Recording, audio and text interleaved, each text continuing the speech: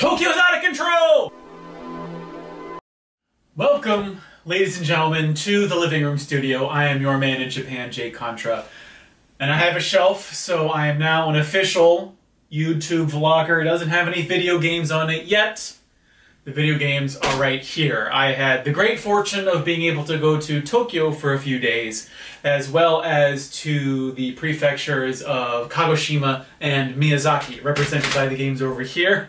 And I just dropped all the dick, but here are the games that I picked up in Tokyo. This is going to be kind of a pickup video, which will let me launch into some of the general trends that are happening in Japanese video game collecting. And I'll start out with where I first went, which was Tokyo. And it's so... I'm a bit hesitant to say exactly what I don't know exactly what I should say about Tokyo, because I've been going to Tokyo for like 6 years now. I've been lucky to have lived in Japan for that long. And just like everywhere else in the world, prices on games are going up. But I think Tokyo is, facing a really acute series of price rises because the level of tourism to Japan has increased by about 400% in the last 6 years.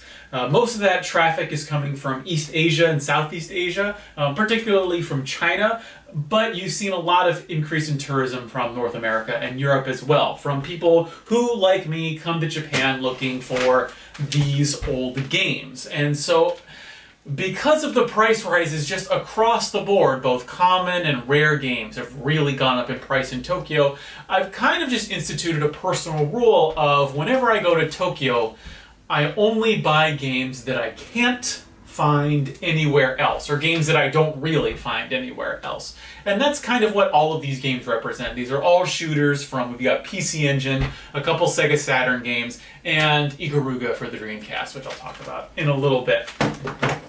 These actually come from, hold on, 2 different stores. So I guess first I'll talk about Super Potato, which is kind of the most well-known, probably, retro game store in Tokyo, simply because that's the one that everyone recommends, because they're definitely the most open about letting people stream, letting people take videos, letting people take pictures of stuff inside their store. Whereas with a lot of places, you know, maybe they'll let you take pictures, a lot of places won't let you take video. It kind of depends upon the shop and who you end up talking to.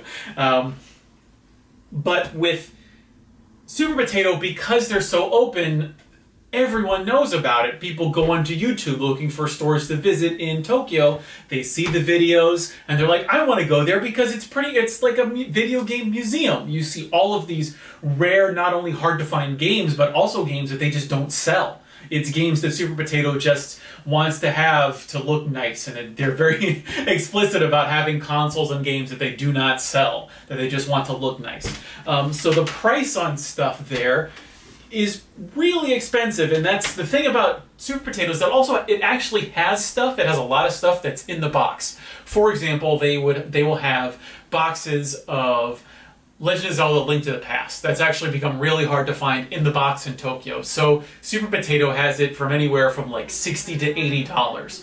Whereas if you go out to the country, that's a $20, $30 game at most. But we'll talk about that differential in a minute. But I guess I can be more specific, at least in my personal experience, because of this copy of Ikaruga. This is, of course, for the Dreamcast. It's been ported to the GameCube. It's just recently came out on the Switch. It's a fantastic shooter. If you haven't played it, you definitely should. I picked this up at Trader, which is really one of the only places I buy video games in Tokyo anymore. I picked it up for $60. This was a $90 game at Super Potato, but all I did was walk 5 minutes down the street to Trader, which is a less well-known location. It's something that I try to recommend to people, but obviously not a ton of people know about it compared to Super Potato. And that's why they charge literally, like, what is it, 2/3 of the price. I was able to save $30 just by walking down the street and going to Trader to pick up this game. I can't remember what the price was for Allzadik at Super Potato. I don't even think they had it, but I was able to pick up this shooter, which I actually don't know if I can recommend. It's fun enough, but it's kind of weird because this is fully Summer Carnival '92 Alzadik. This was put out by NEC, or actually, no, sorry, Nagzat Soft for NEC's console. And this is actually a really interesting title because what they would do back in the early 90s is they had these, like, I guess you could say conventions, the Summer Carnival, where you would get a bunch of people together, they would all play the same shooter. You would buy this to practice for that event, and then you would go through like a time trial, time attack, so you get the highest score, whatever. And this was the practice software that you would buy. The only problem is that it's about 4 minutes worth of gameplay for what is essentially now a $50 disc, and it actually can be more expensive, especially if it comes with the spine cover. So it's, I love Summer Carnival 92 Rekka. It's one of my favorite shooters of all time. I don't know if I can necessarily recommend someone actually paying for Alzadik, unless you're crazy like me. And then I also went to Friends, and Friends is really strict about not letting people film or even take pictures inside. They really don't want people using their cell phones inside the store. So not many people know about Friends, but I'd highly recommend it because you can find, say, Dodonpachi. I think I saved like 20 bucks buying it at Friends. Fantastic Saturn and PlayStation shooter. I think the PlayStation version is a bit more expensive because it's a bit more closer to the arcade. Then we have Kingdom Grand Prix by Rising/Aiding. It's okay. There are definitely aiding games that I prefer, like Battle Garega and Sokyu Gurentai or Terra Diver.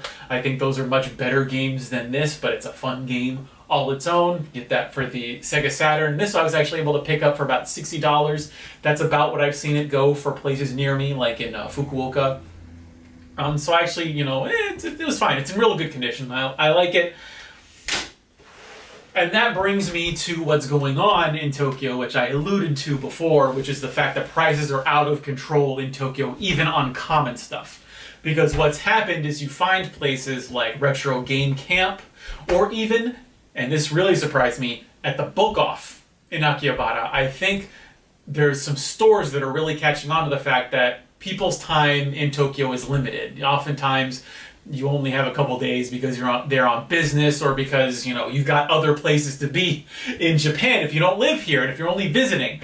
So, for example, I went to the Book Off, and it used to be Book Off would just kind of have a lot of common stuff at its Akihabara location for the old systems. Book Offs usually tend to focus on newer consoles and newer games. They just want to make in the volume of, you know, they get systems in, they want to sell them as quickly as possible because they only give people, you know, pennies for what they have. But what I've noticed the last time that I went to the Akihabara location was that they had common games, or even uncommon games, but they were selling them at some insane prices. Like, they had Rondo of Blood, which is kind of rarish. I'd say it's more of an uncommon game, highly sought after, but it did have a, I'd say, not insubstantial print run. And at a Book Off, I would expect it to be like $100. I remember picking it up not too long ago at a Mandarake up in Kyushu for $100 without its spine cover. And at Book Off, they were selling it for $200, like twice the price of what I was able to pay for it, even in a big city. Like in Japan, there are big cities, and then there's Tokyo. Tokyo is a whole different beast. So whenever I talk in my videos about Tokyo prices, that's because that's what, you know, like 90% of people visiting Japan are going to experience, because they're definitely going to be experiencing Tokyo, if not anywhere else. But the real kicker of what I found there was a lot of the common stuff was a little bit above average in price, but what really killed me was in their showcase, they had a set of, I want to say it was 6 games. It was 6 of the first and second gen Pokemon games. So it was Pokemon Red, Pokemon Green, Pokemon Silver, Gold, Yellow, and I think Crystal. It might have only been 5 games, but they were selling it for $500. Actually, it was about $450 with the exchange rate. It was 50,000 yen. Depending on the day, that's going to run you $450 to $500. That is absolutely like mind-blowing insane, because Pokemon games basically everywhere else are about $20 a pop. I think the most expensive I've seen it is $50 a pop at Super Potato, and that's when Pokemon Go first came out and everyone was getting on that Pokemon bandwagon, because I think it has just hit its 20th anniversary. So people were thinking about it again. But $100 a game for Pokemon is absolutely insane. The only reason I think that they priced it that way was because they had it all bundled together. because if you're a tourist, your time in Tokyo is limited. You come in, you see all the Japanese Pokemon games, you're like, wow, I remember being in like elementary school or middle school. And the Japanese Pokemon games had this mystique about them, especially just as Pokemon was coming out. You thought, oh wow, the Japanese version, that would be so cool to have. And so someone going in might very well end up paying $500 for all of those games, which I would not spend more than $100, even if I was in, say, Osaka or like Sapporo. But Tokyo is a completely different beast when you're collecting video games, and that's why I will now transition to the countryside, because down where I live in Kyushu, you know, some places can be a bit expensive depending upon where you go, but generally the prices down here, I won't say they're dirt cheap because they can still get pretty expensive, but they will be a world of a difference from Tokyo. For example, there's this beauty that I picked up in Kagoshima. This is a PC Engine Duo R. I found it in the junk section, and the reason it was in the junk section was because it had not been tested. The thing about the junk section is that you are buying stuff as is. There is no warranty on the stuff you buy there, so you're taking a chance. And I saw this and I saw that it had not been tested, and I assumed the reason is because the Duo R has a specific power brick that cannot be used with any other system, so why are they going to keep around a Duo R power brick to test with the one system that might come in a year? It has its own set of AV cables that I think you can use also with Mega Drives, but there was no way to test this, so they were just like, someone brought it in, they probably gave them 20 bucks, they slapped a $60 sticker on this, and they were saying, who's going to be insane enough to buy it? This guy. So I brought it home. I have a Duo R, I have the cords, plugged it in, it worked great. In fact, it worked so good that my other Duo R, it had this weird problem where it was only outputting mono audio. I don't know if it was a problem with the system, I don't know if it was a problem with the cables, but after I got this baby working, that guy started putting out stereo audio. I don't know what happened, but this was so good that it fixed my other slightly broken system. And I only spent $60 on this. I actually just looked this morning at the Surugaya price for it. So I went to an online store. They had just the bare console, no cords, no controller, no anything. And they were selling it for $180. That's absolutely insane. I'm very lucky to have found this. This is a probably, you know, once in a year kind of find on something like this. And then we go to the GameCube. Now I don't know what the Tokyo price on GameCube stuff is, but the GameCube's really weird. I don't know what's going on with this system because the games are kind of easy to find. There are a lot of GameCube games, but I have no trouble finding a lot of them. The rarest GameCube game might be Kirby's Air Ride, going for about maybe 50 bucks. That's actually probably a $120 game in Tokyo if you buy it from like Super Potato.